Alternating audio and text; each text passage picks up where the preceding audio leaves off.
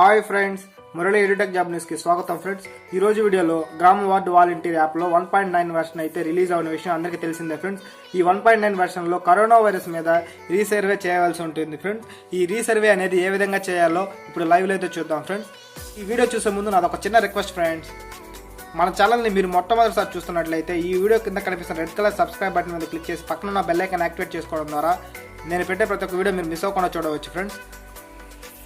ఒక ఫ్రెండ్స్, ఇక main topic లోకి వచ్చినట్లయితే గ్రామ వార్డ్ వాలంటీర్ 1.9 యొక్క లింక్ ని ఈ వీడియో కింద డిస్క్రిప్షన్ లో ఇస్తున్నాను ఫ్రెండ్స్.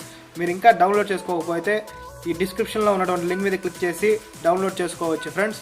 నేను ఆల్రెడీ డౌన్లోడ్ చేసుకొని ఇన్స్టాల్ చేసుకుని ఉన్నాను ఫ్రెండ్స్. ఇక్కడ స్క్రీన్ పైన చూస్తున్నారు కదా, ఇప్పుడు దాని మీద క్లిక్ చేస్తున్నాను ఫ్రెండ్స్. క్లిక్ చేసిన తర్వాత ఇక్కడ వాలంటీర్ యొక్క ఆధార్ నెంబర్ ఎంటర్ చేయమని అడుగుతుంది. నేను ఎంటర్ చేస్తున్నాను. ఎంటర్ చేసిన తర్వాత లాగిన్ మీద ప్రెస్ చేస్తున్నాను ఫ్రెండ్స్. లాగిన్ మీద ప్రెస్ చేసిన వెంటనే లోడ్ అవుతూ ఉంది ఫ్రెండ్స్.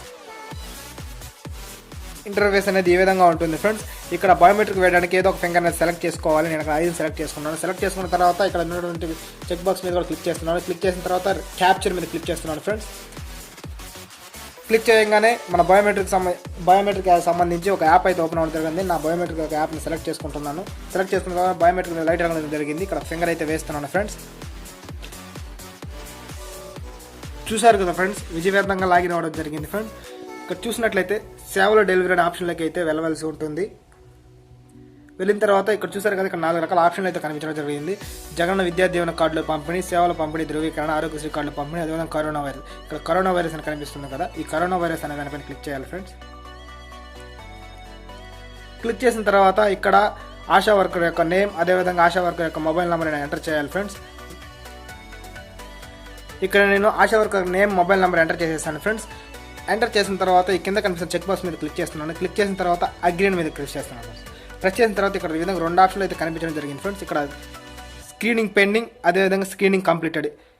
స్క్రీనింగ్ పెండింగ్ అనేవి ఇంకా ఇప్పుడు దాకా అసలు సర్వే అనేది చేయలేదు ఫ్రెండ్స్. ఈ స్క్రీనింగ్ కంప్లీటెడ్ అనేది ఉంది కదా, బ్యాక్ వస్తున్నాను. స్క్రీనింగ్ కంప్లీటెడ్ ఉంది కదా, ఈ స్క్రీనింగ్ కంప్లీట్ అనేది ఒకసారి మనం సర్వే అయితే చేసేసాం ఫ్రెండ్స్. ముందుగా ఈ స్క్రీనింగ్ పెండింగ్ ఉండేవి ఏ విధంగా సర్వే చేయాలో చూద్దాం ఫ్రెండ్స్. తర్వాత వచ్చేసి స్క్రీనింగ్ కంప్లీటెడ్ అని ఉండేవి ఏ విధంగా సర్వే చేయాలనేది తర్వాత చూద్దాం ఫ్రెండ్స్.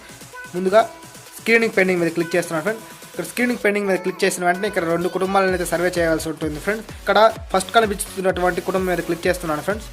క్లిక్ చేసిన వెంటనే ఈ విధంగా ఓపెన్ అవ్వడం జరిగింది ఫ్రెండ్స్. ఇక్కడ చూసినట్లయితే మీ కుటుంబ సభ్యుల్లో ఎవరికైనా దగ్గు, జ్వరం, శ్వాసకోశం వంటి లక్షణాలు ఎదుర్కొంటున్నారా, ఉన్నారు, లేరు అంటే ఏదైనా లక్షణాలు ఉన్నాయంటే ఉన్నాయని సెలెక్ట్ చేసుకోవాలి, లేదంటే లేదని సెలెక్ట్ చేసుకోవాలి ఫ్రెండ్స్. ఇప్పుడు ఉన్నారు అని సెలెక్ట్ చేసుకున్నట్లయితే ఈ విధంగా ఓపెన్ అవ్వడం జరుగుతుంది ఫ్రెండ్స్. ఇక్కడ కుటుంబంలో ఎంతమందికి దగ్గు, జ్వరం, జలుబు అనేవి ఉన్నాయో ఇక్కడ నంబర్ అనేది ఎంటర్ చేయాలి ఫ్రెండ్స్. ఫర్ ఎగ్జాంపుల్ నేను ఒకరికి ఉందని సెలెక్ట్ చేశాను. ఆ తర్వాత ఈ కుటుంబంలో ఎవరైనా ఫారిన్ రిటర్నర్ అంటే ఫారిన్ నుంచి వచ్చిన వారు వచ్చినారు అని సెలెక్ట్ చేసినట్లయితే ఈ విధంగా మరొక పాపప్ మెనూలో కొన్ని డీటెయిల్స్ అయితే ఎంటర్ చేయాలి ఫ్రెండ్స్.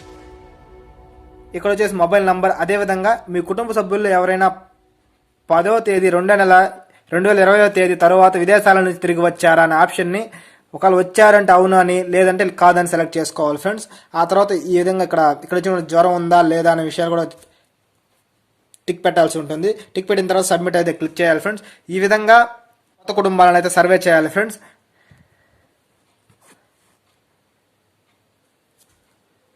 ఇప్పుడు మరొక కుటుంబాన్ని అయితే సర్వే చేస్తున్నాను ఫ్రెండ్స్. కుటుంబం మీద క్లిక్ చేసినట్టు మీ కుటుంబ సభ్యుల్లో ఎవరైనా దగ్గు, జ్వరం, శ్వాసకోశం వంటి లక్షణాలు ఎదుర్కొంటున్నారా అయితే ఇక్కడ లేదని ప్రెస్ చేస్తున్నాను. లేదని ప్రెస్ చేసిన తర్వాత ఇక్కడ అవునని అంగీకరిస్తున్నాను ఫ్రెండ్స్. అంగీకరించిన డేటా సబ్మిటెడ్ సక్సెస్ఫుల్ అని వచ్చేసింది ఫ్రెండ్స్. ఈ విధంగా మనం స్క్రీనింగ్ పెండింగ్ ఉండే వాటిని సర్వే చేయాల్సి ఉంటుంది ఫ్రెండ్స్. ఇక్కడ చూసారు కదా, ఇప్పుడు స్క్రీనింగ్ కంప్లీటెడ్ అనే వాటిని ఏ విధంగా సర్వే చేయాలో ఇప్పుడు చూద్దాం ఫ్రెండ్స్. ఇప్పుడు స్క్రీనింగ్ కంప్లీటెడ్ అనే వాటి మీద క్లిక్ చేస్తున్నాను. క్లిక్ చేసిన వెంటనే ఇంటర్ఫేస్ అనేది ఈ విధంగా ఉంటుంది ఫ్రెండ్స్. అంటే ఇంతకుముందు మనం వీటిలన్నింటి సర్వే అయితే చేసేసాం ఫ్రెండ్స్. వీటిని ఇప్పుడు రీసర్వే ఏ విధంగా చేయాలనేది ఇప్పుడు చెప్తాను ఫ్రెండ్స్. ఫర్ ఎగ్జాంపుల్ ఈ కుటుంబాన్ని తీసుకున్నట్లయితే ఈ కుటుంబ సభ్యులు ఎవరైనా దగ్గు, జ్వరం, శ్వాసకోశం వంటి లక్షణాలు ఎదుర్కొంటున్నారా అంటే ఎదుర్కొంటున్నారు అని క్లిక్ చేసిన వెంటనే ఎంతమంది ఎదుర్కొంటున్నారు, ఫర్ ఎగ్జాంపుల్ ఒకటి. అదేవిధంగా ఎవరైనా ఫారెన్ నుంచి వచ్చారని క్లిక్ చేసిన వెంటనే ఈ విధంగా ఓపెన్ అవ్వడం జరుగుతుంది. ఇక్కడ మొబైల్ నెంబర్, అదేవిధంగా మీ కుటుంబ సభ్యులు ఎవరైనా 10వ తేదీ 2వ నెల 2020 తేదీ తర్వాత విదేశాల నుంచి తిరిగి వచ్చారా అనే ఆప్షన్ని అవునా కాదని సెలెక్ట్ చేసుకోవాల్సి ఉంటుంది ఫ్రెండ్స్. అంటే దీని ఉద్దేశం ఏంటంటే ఈ కుటుంబాల్లో ఎవరైనా విదేశాల నుంచి వచ్చినట్లయితే మీరు వెంటనే యాప్ ఓపెన్ చేసి ఏ కుటుంబం అయితే వచ్చిందో వాళ్ళ మీద క్లిక్ చేసి ఎప్పుడు వచ్చారు, ఈ లక్షణాలు ఉన్నాయా లేదా అని సెలెక్ట్ చేసుకొని డేటా అనేది సబ్మిట్ చేయాల్సి ఉంటుంది ఫ్రెండ్స్. ఈ విధంగా కరోనా వైరస్ మీద రీసర్వే అయితే చేయవలసి ఉంటుంది ఫ్రెండ్స్.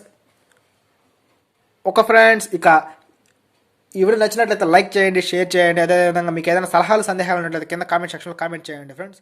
Friends thank you.